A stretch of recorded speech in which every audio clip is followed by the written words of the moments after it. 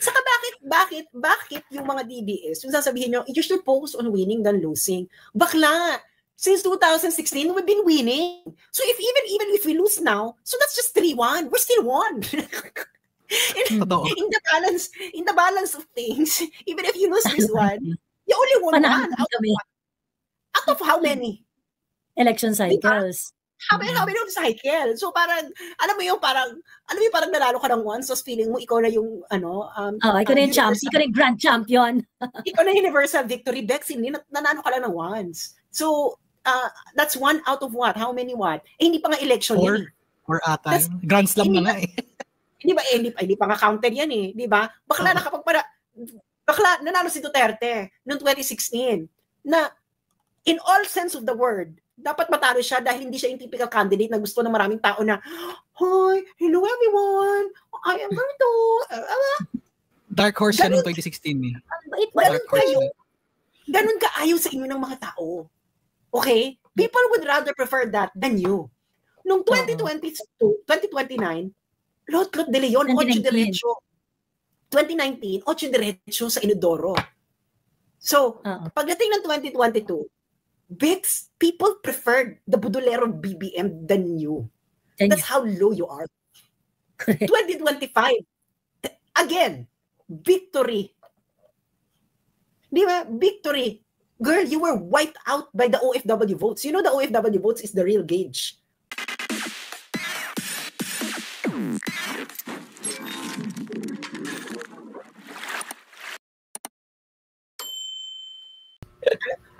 Alam mo, Joey, yung sa inyo sa Camp Aguinaldo, hindi nag-interfere yung mga pulis.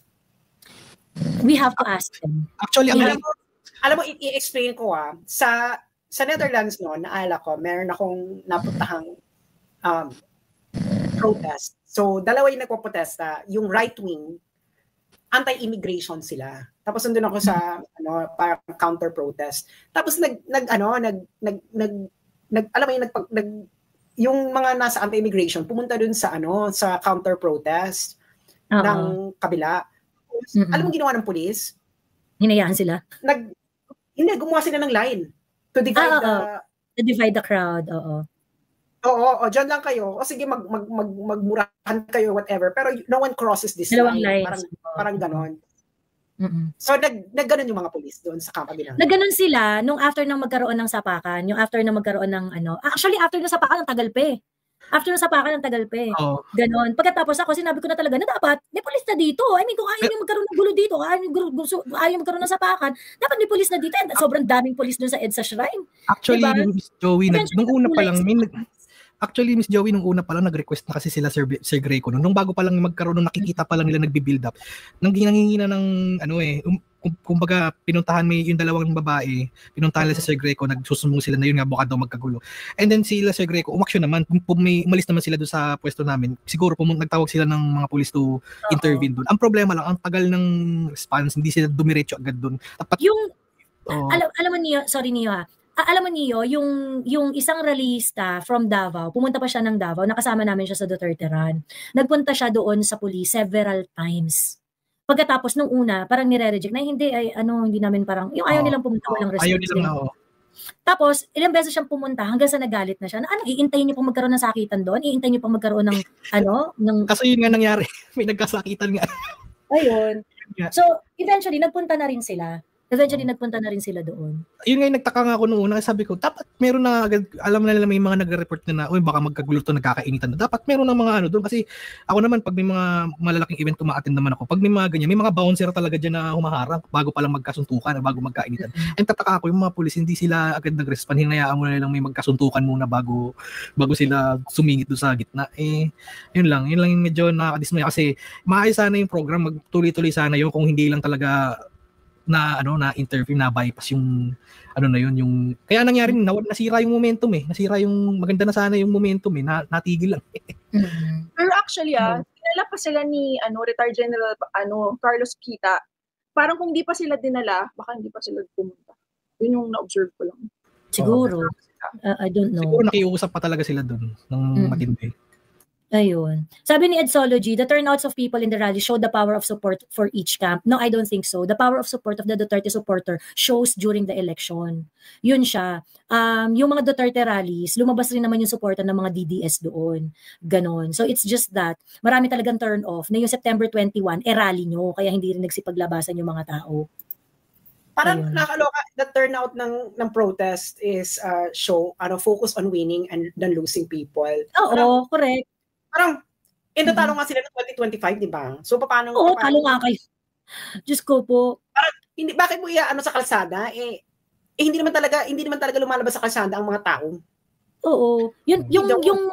Wala yung winning and losing sa kalsada. Wala yung winning and losing. Dahil karamihan pa dyan, baka hindi pa nga butante. Correct. So, you'll never, that's bad science. Oh. Okay. True. So, let me just say it.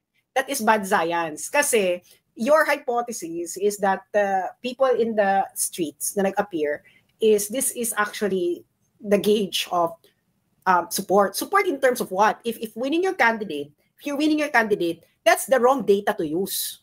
The correct data to use is the 2025 elections. Yeah. Because that is already population-wide. So bakit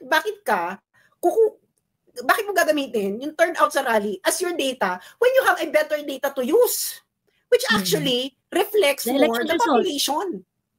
Oo. Bakit ka kukuha na convenience sampling? Bakit ka kukuha na convenience sampling ng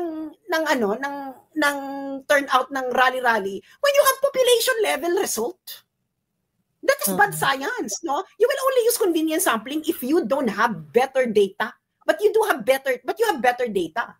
So, if you're going to use the convenience sampling, that is intellectual dishonesty because you know that there is a better source of data in order to gauge actual support.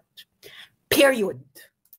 Actually nga may nakausap din ako mga ibang mga supporter din. Dismayado sila doon sa nangyari. Pero sinasabi ko na lang just to comfort them na lang. Kumbaga parang kasi galit na rin sila, hindi lang sila makasali doon sa bardagulan kasi ayaw rin naman nilang madamay doon. Pero yun nga, nag-uusap kami doon sa likod. Sabi ko, hayaan na lang natin yan. Maingay lang naman yan dito pero sa election lagi naman talo yan, lose streak nga.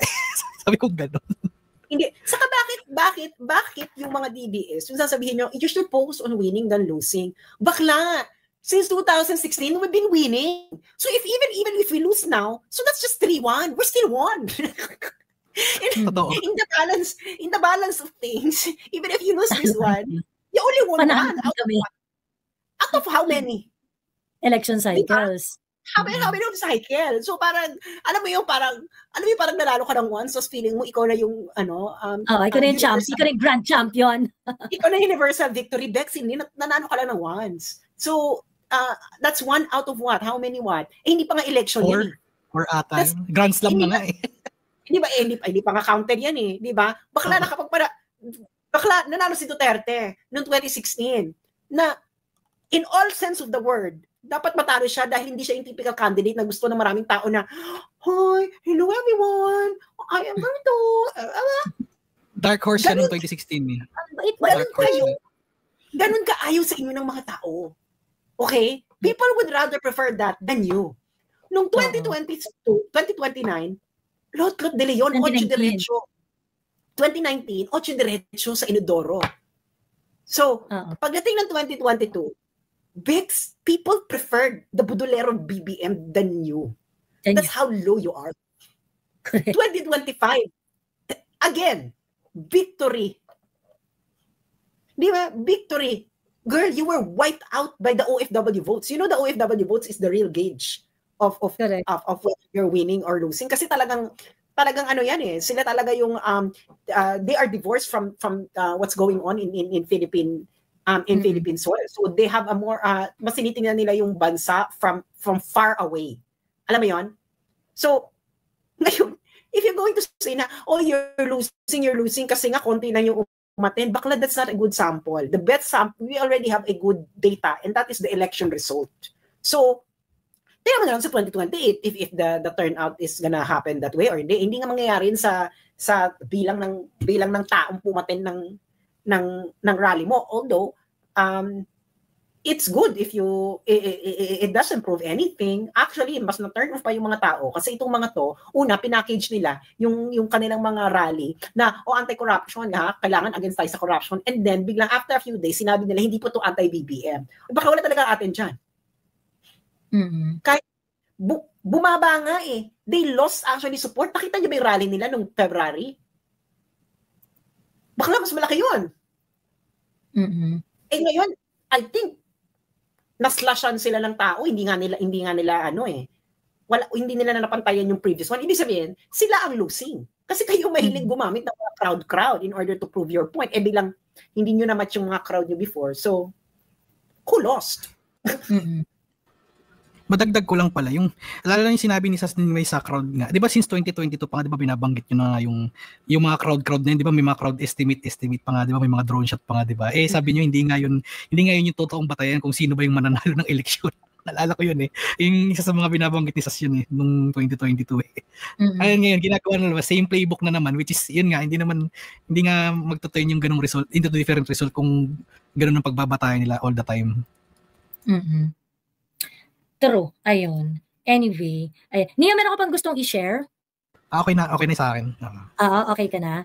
Ayan. Sige, punta na tayo kay Filipino Intelligence. Hello? Hello? Hello? Hello, Filipino Intelligence. Go. Hello? Hello? Hello, naririnig ka namin. Hello? Okay na? Hello? Yeah, naririnig ka namin. This is about kakamping lang, no? Because matagal ko na itong na-notice. Because before, I have a friend, nag-post siya na yung during Duterte time na ayaw niya ng mga ayuda. Yung sa mga mamahirap lang naman, di ba? Kasi targeted yung ayuda nung time ni Duterte. And yet, she claims to be kakamping. Nag-rally-rally siya nung 2022. And si Vice Ganda, it's kind of, for me, mga confused ito sila na hindi nila alam kung ano yung definition or yung criteria of being a kakamping. Like si Vice Ganda, she is pro death penalty, di ba? So hindi siya pwede maging akbayan. Hindi rin siya pwede maging liberal party. Kung makabayan, kapitalista siya, so hindi rin siya pwede. Itong si Vice Ganda, she is like a DDS or maybe center-right, pero confused siya. I think it's the same to some people na notice ko na conservative religious sila. And yet they claim to be kakamping. And for me, if you believe on targeted ayuda, hindi ka kakamping. You are a centrist, which is the DD. For me, many of the DDS centrist talaga. And I mean, for me also, it's not appropriate for Pinas or sa kondisyon ng Pinas at this point to tax the rich, which is belief ng spectrum ng left, di ba? So, kung tatanungin mo yung mga bata, do they think na yung taxing the rich appropriate sa Pinas at this point when they can just leave Philippines and go to countries like Singapore? I think I'm not following your point. Sino to? Filipino Intelligence. Filipino Intelligence. For me, yung point ko, feeling ko confused. But the rich is already being taxed. The point is they're not paying they're not paying. They're being taxed for. I mean, because sa Norway, yung kung higher income ka, di ba, you get taxed more. Well, they are already being taxed more in the Philippines. They're not paying their due.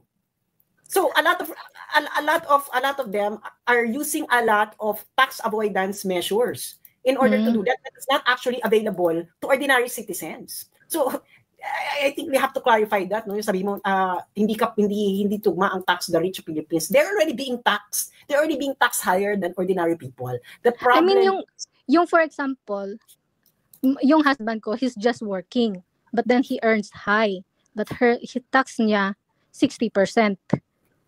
The higher earners in the Philippines are already being taxed higher. So wala naman nagpapanukala na 60% ang maging tax ng upper band eh. Ang ano lang is progressive taxation. So wala naman let's just clarify, no? Let's not have some straw man. Walang nag-advocate ng 60% taxation sa Pilipinas kahit yung kahit yung left movement. Let's just hanggang oo. Progressive lang. Ang lang nila is progressive.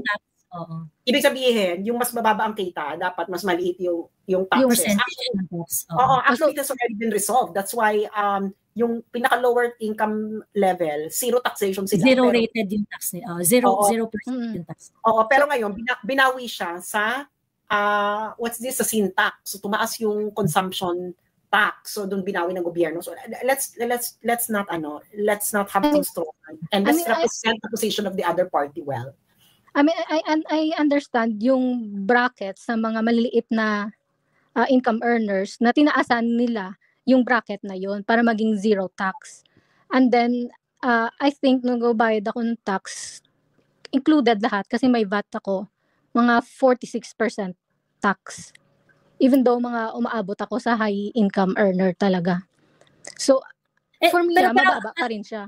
Oo. Pero alam mo Filipino intelligence, sa totoo lang, sa Philippine politics, hindi mo yung mga tao na, hindi, pag ganito yung paniniwala, tapos i-confine mo sila kung saan political spectrum nila. Because Philippine politics was never about that.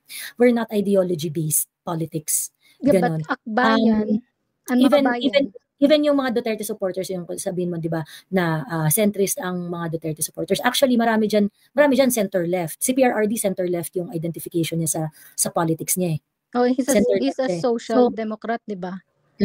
So, dito, sa totoo lang sa akin, parang hindi masyadong accurate kapag i-define mo yung grupo on what they truly believe in. Kasi nga, dito sa Pilipinas, uso ang tactical alliance.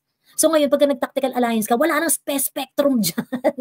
They just want to achieve something. So kahit against yun sa paniniwala nila, they do not care because of the tactical alliance. Ayun. I think yung kay si Duterte, kasi although social democrat siya, based on reality siya. Na nung naging president siya, yung ina-apply niya, hindi siya actually, there are some na hindi siya apply, especially yung universal healthcare, hindi siya apply dun sa mga social democrat. So, kaya maraming parang nung naging president siya, parang centrist siya. Kaya parang I think yung ganyang klaseng view, napaka-limiting niyan and it's not very, it doesn't have value for me, sa totoo lang. Ang mahilig maganyan-ganyan before, si Thea Tan, yung political spectrum, ganon-ganon. Pero yung masyadong hindi kasi talaga ganun yung Philippine politics eh. Na parang merong uniform belief and then siguro per individual you can identify kung nasan kang spectrum ganon. Pero the politics in the Philippines don't work that way. Yeah, hindi ganun eh, hindi ganun. Siguro as an individual, ikaw, how are you going to categorize your politics? And you can speak for yourself and then describe yourself based on the spectrum. But if you're going to describe, hindi, dapat ganito, pagkatapos ba't sila naniniwala sa ganito, hindi naman talaga nag-exist yung consistency ganyan sa Philippine politics ever. Why? Because in the Philippines, tactical alliance is the name of survival. Is the name of the game.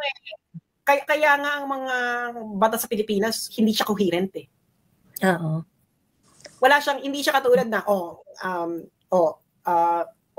actually policy implementation in the Philippines is not coherent. Like for example, itong gobyerno ni Bongbong, hilang bibigay ng ayuda, which is of course, if you're going to evaluate it from politics outside the Philippines, you consider it as a socialist as a socialist program, yung magbibigay-bigay ka ng ayuda. Pero pagdating sa Philippines, you cannot consider it as a socialist program. Nag-i-implement hindi naman socialista, kundi part of the elite. So they're using it not actually in order to forward socialist ideals, but they're using it actually in order to buy votes. So you cannot look at it at the surface lang, because the surface can be produced by different underlying factors. So you have to look at the underlying factors. Kaya sabi ni Joey, hindi mo talaga siya makukuha ng spectrum. Kasi wala naman, people do not vote according to spectrum in the Philippines.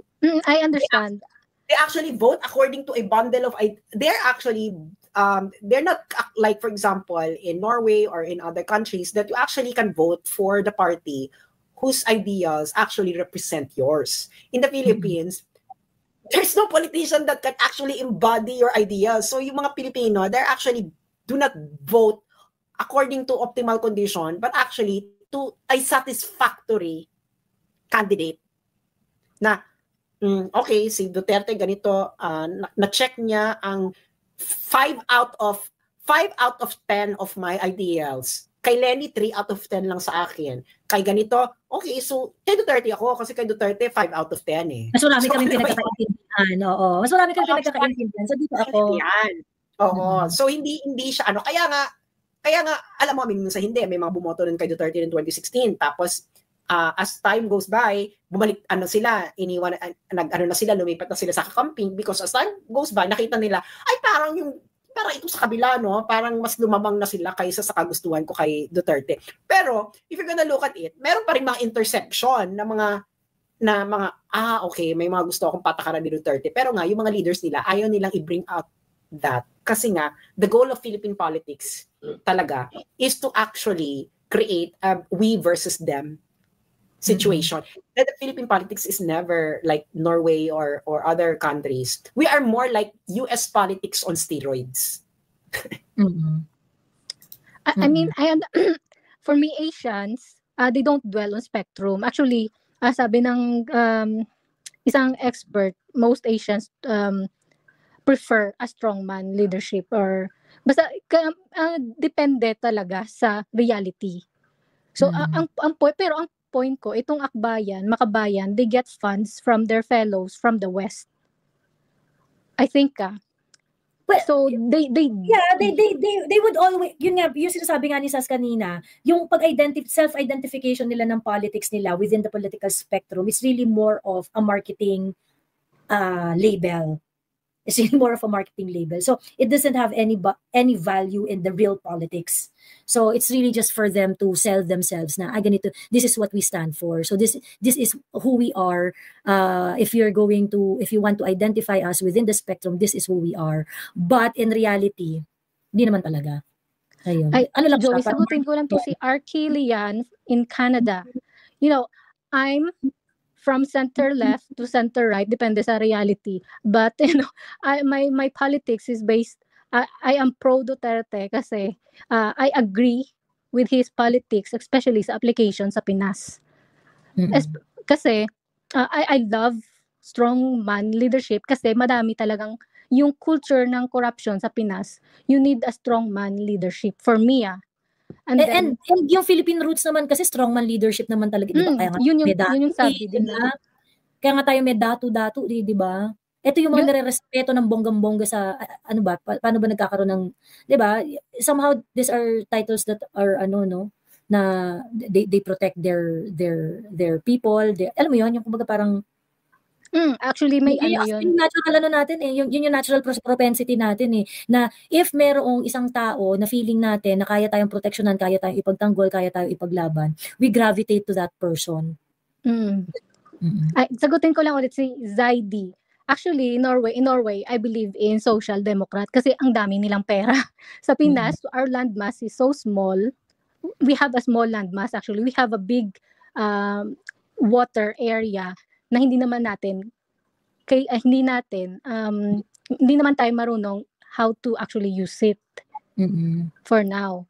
So yung point ko for Philippines is different from Norway.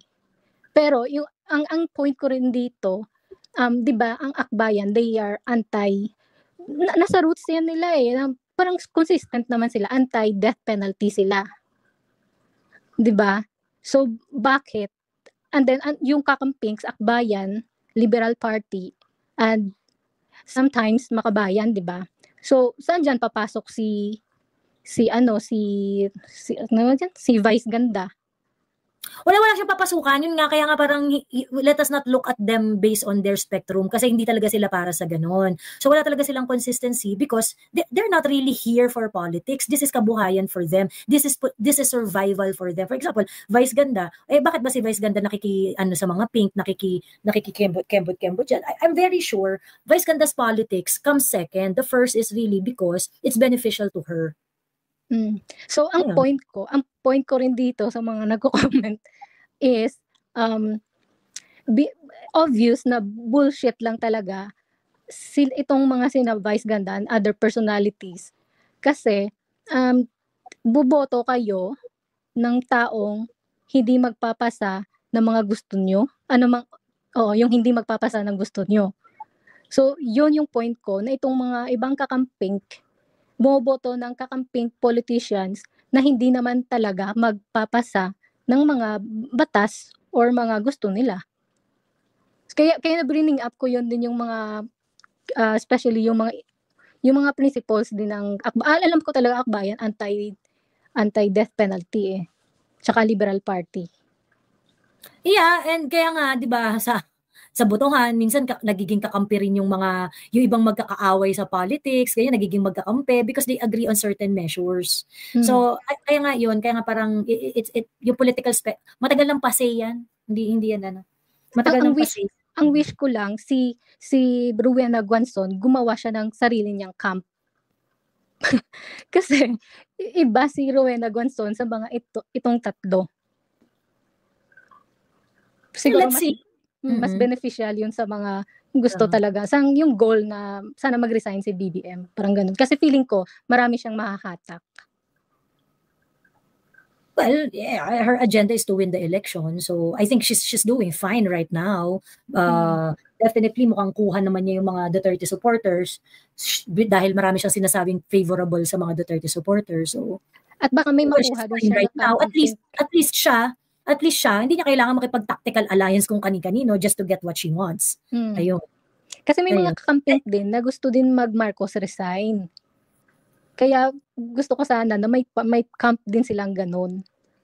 Well, anyway, those are the things that we cannot dictate. It is for them to decide. Ayun. Anything else, Filipino intelligence? Yun lang. Sige. Okay, sige. Move na tayo kay Karahay, Okay, hello, Karahay. Hello, Karahay. Hello, Karahay. Nakatulog na yata to. Ito yung naghihilik kanini. Ayan, nakatulog na yata. Hello, Karahay. Wala, naghihilik pagkatapos na-unmute mo pa yung sarili mo. Tigil-tigilan mo ako. Karahay, andiyan ka pa?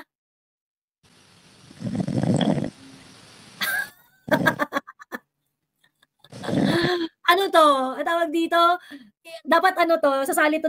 Feeling ko kasama to sa mga nakabardagulan ko.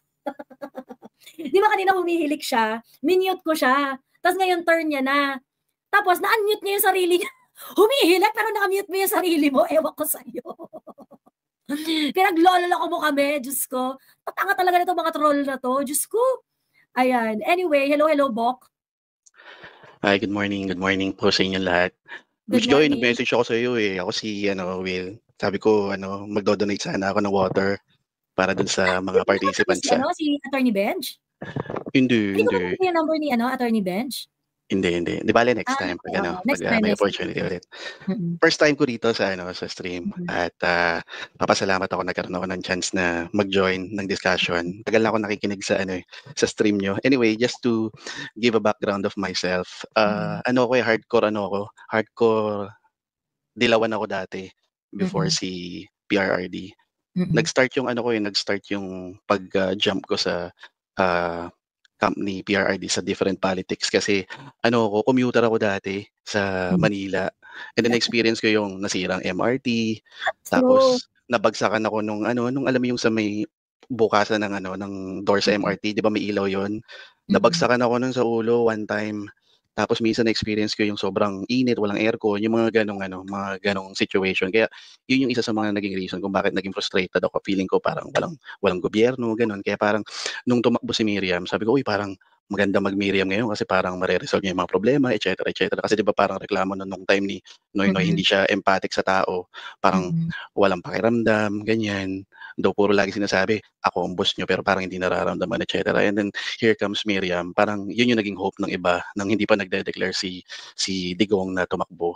And then all of a sudden, tumakbo si Digong, parang yun yung naging hope ko. Tapos nagtatanong-tanong ako sa mga kakilala ko, yung mga taga Davao, kung ano yung pagkakilala nila kay PRRD. Tapos puro positive feedback lahat.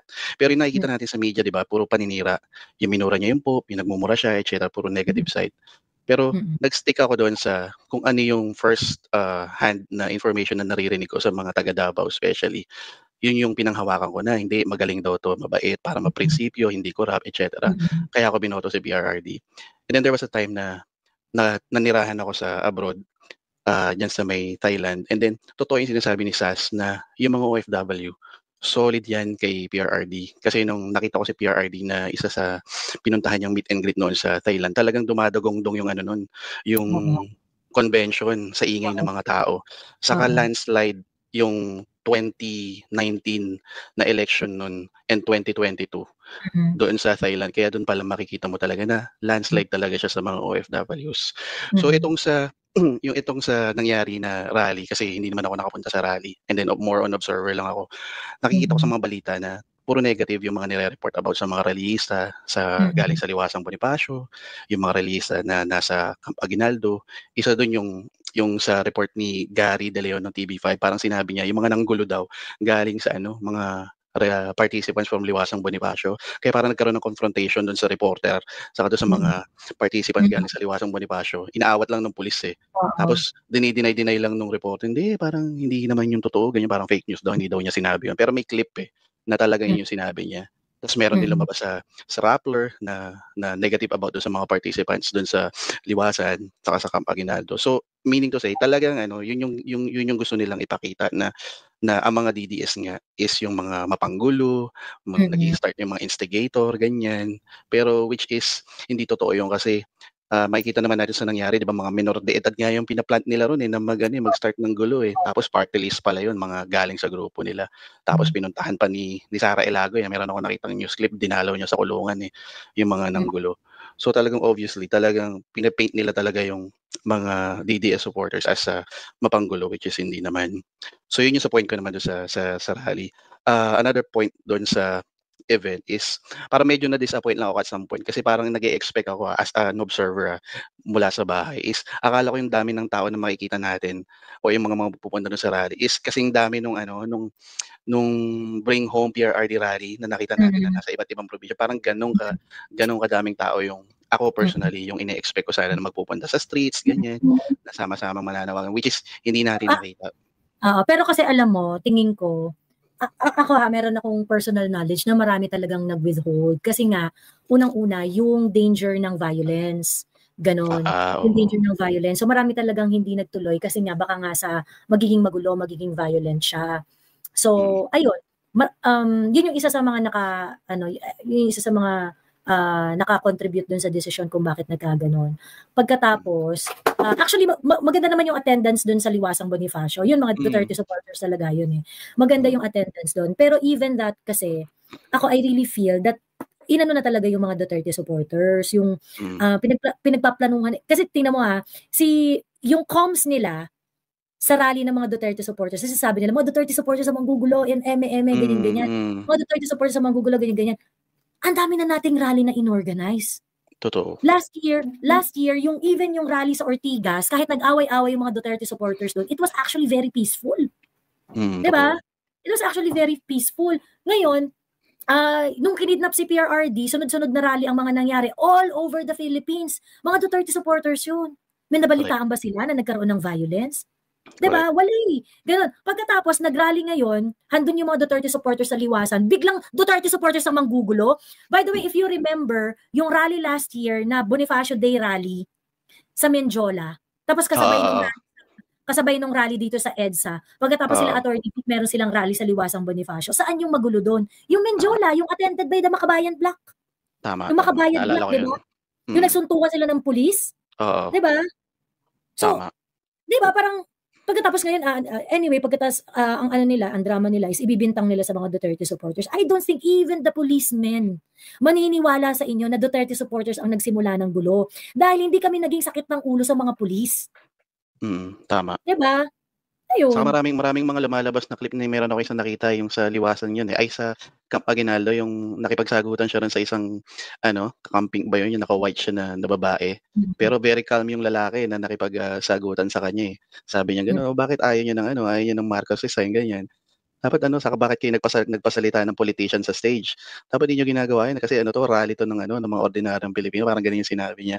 Ang ganda yung ginawa nung lalaki na yun na nakipag-usap dun sa isang kakamping. Tapos may nakita rin akong clip na yung motorcycle rider, hinaharang siya ng mga pulis. Hinahanapan siya ng permit. Sabi niya, bakit niyo ako hinahanapan ng permit? Sabi niya gano'n, National Day of Protest ngayon, lahat nga dapat mag-rally, 'di ba? Tapos hahanapan niyo ako ng permit. Ito nga mga magnanakaw na 'to, hindi lang naman ako ninakawan, lahat kayo, tayo. May permit bang pagnanakaw? Sabi niya gano'n.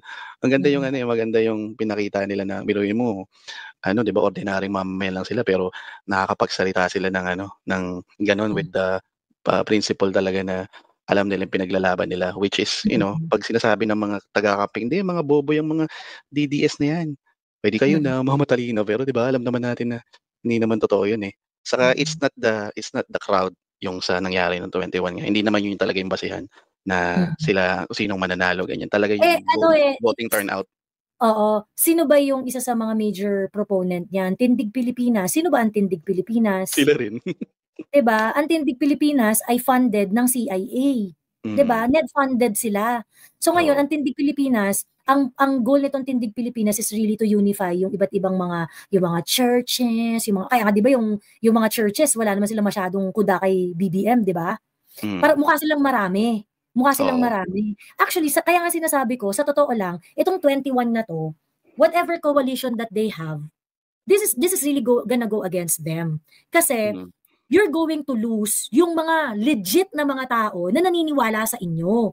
Kasi kung ikaw ordinaryong kakamping at na-brainwash ka na ng bonggang-bongga, yung ginawa nilang drama ngayong 21 can really make them crazy, itong mga naniniwala sa kanila. 'Di ba? Itong mga ordinaryong kakamping na naniniwala kung Mama Leni inem. In fact, meron pa nga mga kakamping na nagdadasal na parang, oh my God, ano nangyari dito sa 21 rally na to? Sana wag pumunta si Mama Leni because this is really pathetic. Ganyan. Marami ng mga nagaganon-ganon ngayon na mga pink. Hindi sila natutuwa. So ngayon, yung whatever machinery that you have to make yourselves look strong, I'm very sure this is going to hit you in 2028. Saka yung mga nag-iisip talaga na na kakamping na hindi sila yung na blinded. May mga nakita akong post kay Direk Daryl ata yun na parang sinasabi niya disappointed sila na parang bakit daw bawal isigaw yung Marcos resign. Parang doon palang disappoint sila. So meron talagang ganun na kwento na totoo talaga na may mga kakamping na gusto sana nila na masumigaw ng Marcos resign, 'di ba? O parang all out fight against corruption. Pero merong kumokontrol, merong nagsasabi na hindi yan dapat gawin. Kasi nga nakikita na natin na sinasabi lalo na yung mga nasa Makabayan block side sinasabi, pag nag-resign kasi si Marcos, si Sara ang magbe-benefit, etc. Ayun, kasi meron silang agenda na na pinupush. So yun lang yung reaction ko about dun sa sa event. Yung in terms of naman sa government system natin, kasi kanina si Filipina Leaks yata ay nag-mention about dun sa sa political natin system. So ako ang wish ko lang talaga ay sana Filipino Intelligence, yung Filipino Intelligence. So siguro ako ang wish ko lang sana kung pala rin na si Sara ay makaupo bilang presidente. Ako gusto ko talaga magkaroon tayo ng big reset sa Philippines. Parang samantalahin niya yung kung sakaling ganun pa rin yung dami ng tao na parang aabot pa rin ng mga 30 million level vote. Yung parang tanggalin niya yung HOR, tanggalin niya yung Senate, tapos pag-shift tayo sa FedPAR. Para mawala na yung natin, yung parang personality-based politics. Yeah. Kailangan talaga actually sa totoo lang, we really need a reset. Sabi ni Edsology, we calling out Sara doesn't mean we ignore the deeds of Marcos and Romualdez. So what have you done to call out the deed of Marcos and Romualdez, Edsology? What have you done? We think of dealing with them one at a time. One at a time pala. If DDS think we're the same with Reds, we reject both always. No, okay, Edsology. Ito yung problem sa inyo. Opportunista lang din kayo. You're just waiting for your turn to take over. Okay? So sabi mo na, we're calling out Sara doesn't mean we ignore the deeds of Marcos and Romualdez. Why is the issue of Marcos and Romualdez can wait at bakit kailangan unahin si Sara? Kasi si Sara yung pinakamatindi yung kalaban sa korupsyon. 'Di ba? Na sinasabi ninyo na sa korupsyon sa eleksyon. Si Sara yung pinakamatindi yung kalaban sa eleksyon. 'Di ba? Hindi si Sara ang pinakamatinding kalaban sa korupsyon. So ngayon, parang one at a time, tapos uunahin nyo si Sara. So that is why, hindi kami tiwala sa mga intensyon nyo, Edsology. Yun yung problem. Kasi nga, opportunista lang kayo. Hindi naman talaga kayo mapagmahal sa bayan. Mapagmahal kayo doon sa power na pwede nyong mauha sa gobyerno. Yun lang ang mahal nyo, hindi nyo mahal ang bayan. Kasi kung mahal nyo ang bayan, i-call out nyo lahat. Same gusto. Same energy. Kung gaano kayo kagalit sa 125 million, dapat times yon doon sa billions of pesos na ninanakaw ni Marcos at ni Romualdez. O anong ginagawa nyo kay Marcos at kay Romualdez ngayon? Can you kindly answer that, Edzology? Can you kindly answer that? Ngayon, ikaw na rin mismo ang nag-reveal. You are dealing with it one at a time. So it really shows how opportunistic you are. Hindi nyo mahal ang bayan. Mahal nyo lang ang power that comes with winning the election. Ibig sabihin, hindi kayo mga problem solver. Opportunista lang kayo. Ganid kayo sa kapangyarihan to the extent na ginagahasa na ang bayan ni Marcos at ni Romualdez, ang putang inang political ambition nyo lang, ang priorities ninyo. So, kaya nga sabi ni kaya nga sabi Miss sabi nga ni Atty. Guanzon parang anong problema kung si bumaba si Marcos, si Sara ang papalit? Anong problema ron? Diba? Isa naman talaga ang Correct. Diba? Ang problem kasi, if you want to beat Inday Sara in any election or any Dutertes for that matter, okay? Prove yourselves. Solve a fucking problem. Wala naman kayong na-solve na problema eh. Wala kayong naipakita na kaya nyong gawin na mamahalin ng tao. Diba? And you saying this, sa totoo lang, disconnected ka na talaga sa true patriotism. Kaya kami Duterte supporters kasi mahal namin ang bansa. Nakita namin kung paano mahalin ni PRRD yung bansa. Nakita namin kung paano pinotektahan ni PRRD ang men in uniform kasi hodang dalhin siya sa ICC. Para maibigay lang yung peace and order na hinahanap namin.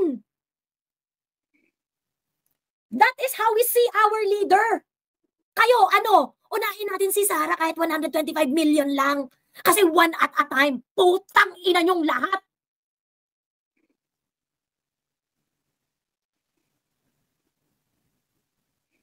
Sa totoo lang, itong corruption na to under Marcos, systematize siya.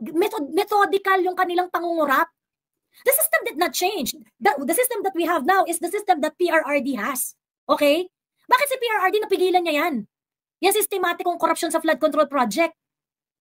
Bakit itong kay BBM hindi niya napigilan?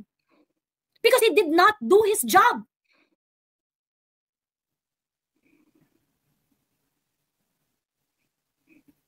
Hindi niya ginawa yung trabaho niya. Si PRRD ginawa niya yung trabaho niya. Tiningnan niya ang budget. Lahat ng unreasonable insertion dyan, tinanggihan niya. At ang i-reason mo sa amin, one at a time, why? Because your political ambition, your political survival is more important than fixing this fucking country.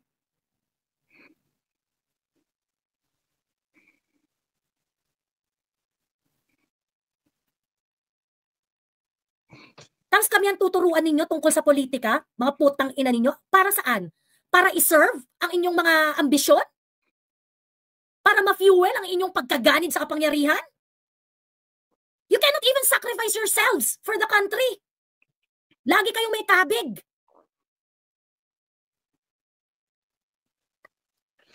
I am really so sorry pero talaga nag-tick off ako doon. We think dealing with them one at a time. Bullshit.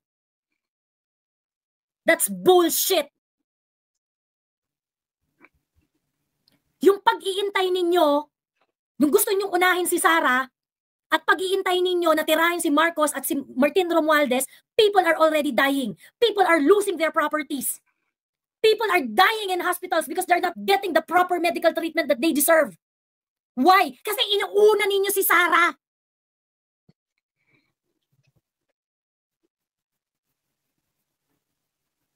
So putang inang one at a time yan.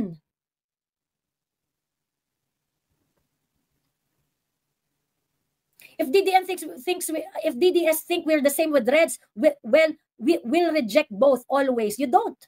Kaya nyo nga makipag-tactical alliance Kaya nyo nga makipag-tactical alliance You are the same. Ang pinagkaiba lang nito, yung Reds, gusto nila sila yung mamumuno. Kayo, ang gusto nyo, kayo yung mamumuno. Parehas lang kayo.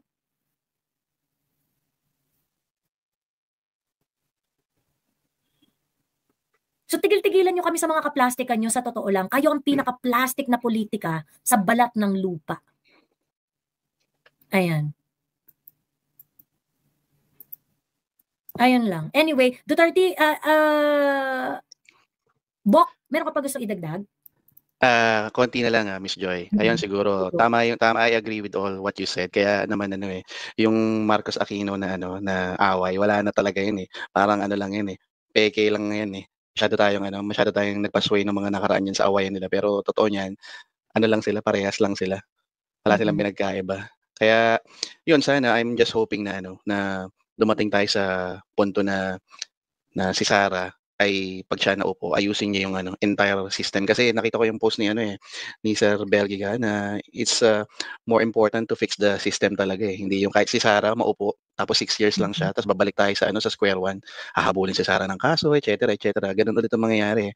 Unlike kapag maging scenario siguro is maupo si Sara and then magkaroon ng way para matanggal niya, ma-abolish niya yung HOR, yung Senate, tapos magkaroon ng ng panibagong set of na government officials, mga siguro doon tayo papunta sa FedPAR.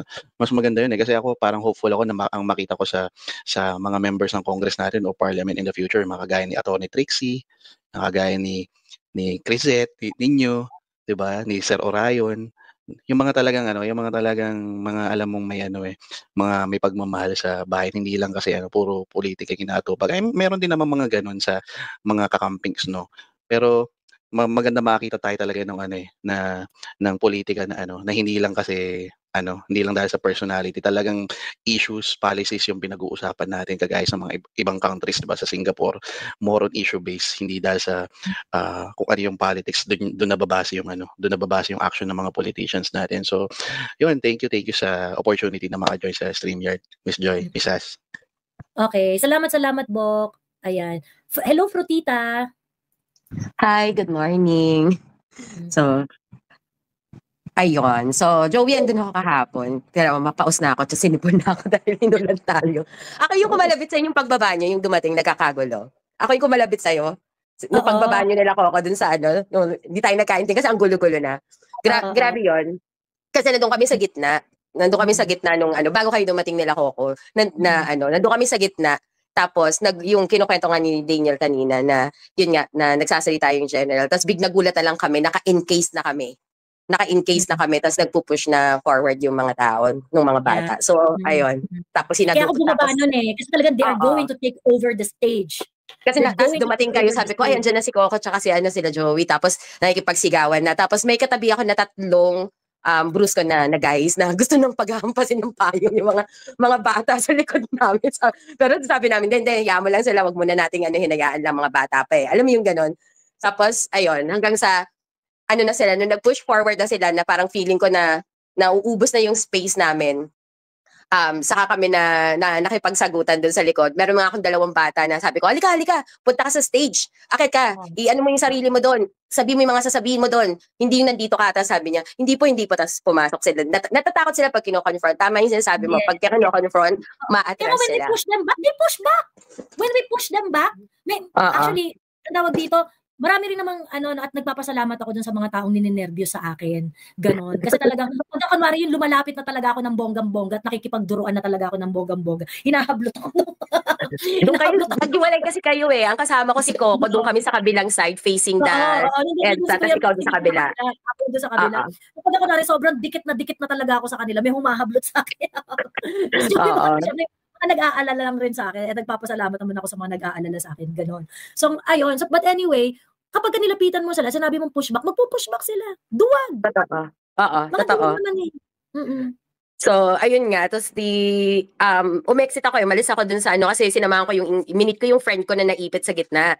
Tapos, pumunta kami dun sa gilid. Tapos, nakita nyo ba na dumaan sila Rineco? Hindi. Dumaan sila. Oo. I think may nagsabi kanina sa comment na capture ata sa video ni Attorney Neil. Kasi nandun din si Attorney Neil, nakita ko, parang na-capture na dumaan din siya. Kasi nandun kami sa gilid nila Attorney Neil eh. So, umexit na ako kasi nung minute ko yung friend ko na ipit sa gitna dun sa papunta sa area natin. So, yun. Ang lang is, sa observation ko lang after the incident yesterday is that lumabas yung mga mukha nila Coco sa is that hindi nila pinakita ng kahit anong media clips yung nagsigawan yung mga tao na NPA salot ng bayan, tas natameme sila. Hindi nila wala akong nakita na kahit anong video clips na covered yun, pero dun sa gilid nandun yung na nakita yun sa lahat ng video na mga media and all.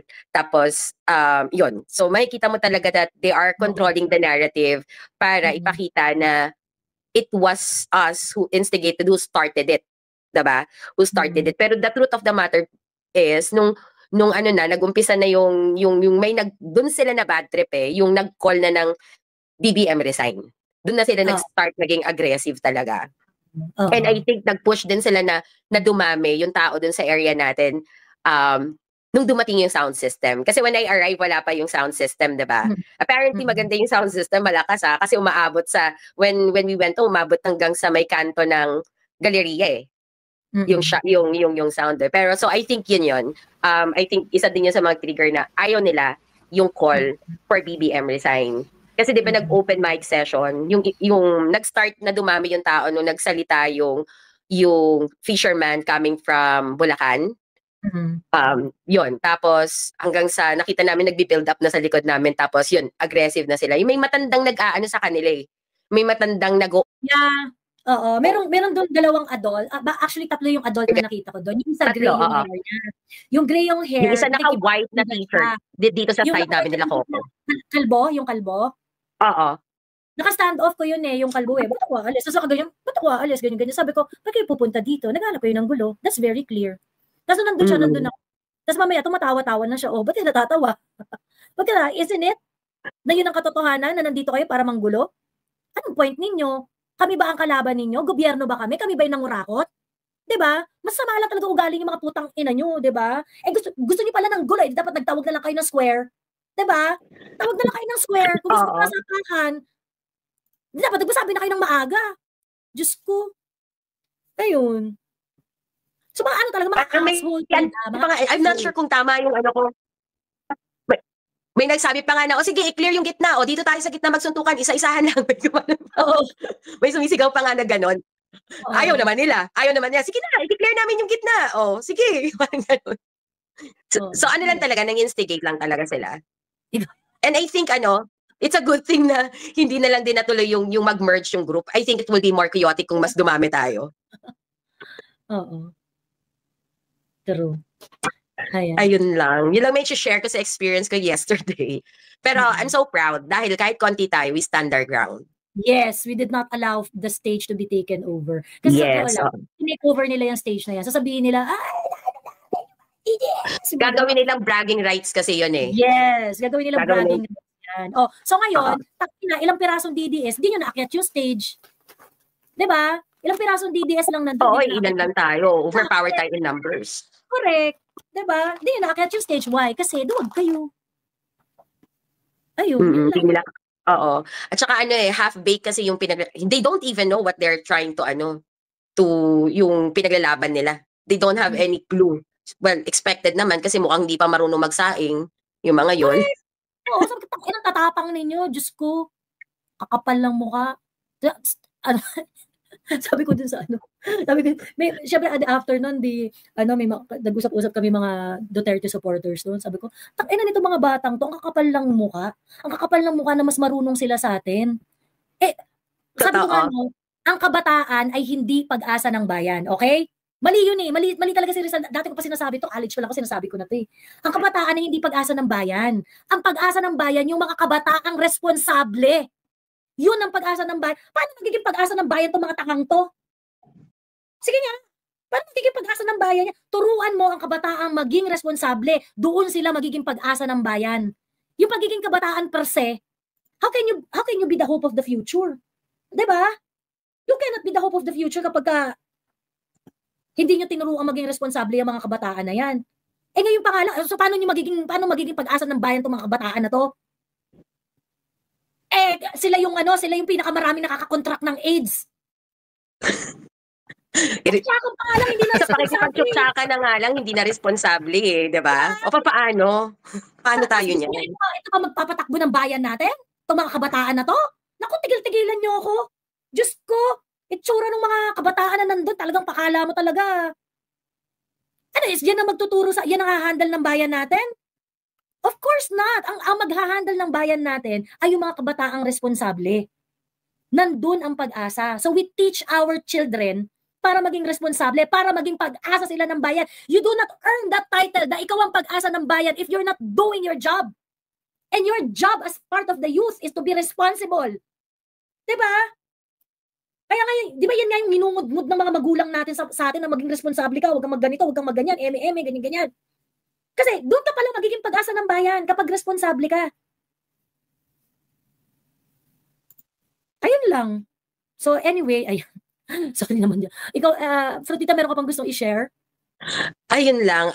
Dun sa mga nagsasabi ng medyo disappointed because of the numbers, outnumbered tayo. I don't think na we have to feel that way. Kasi 21st is a planned yan eh. Planned. So, pinaplanuhan din tayo, 'di ba? Pinagplanuhan din tayo in such a way na alam nila kasi we will be there, 'di ba? But I think what will set us apart is the organic resolve natin lahat as we want change.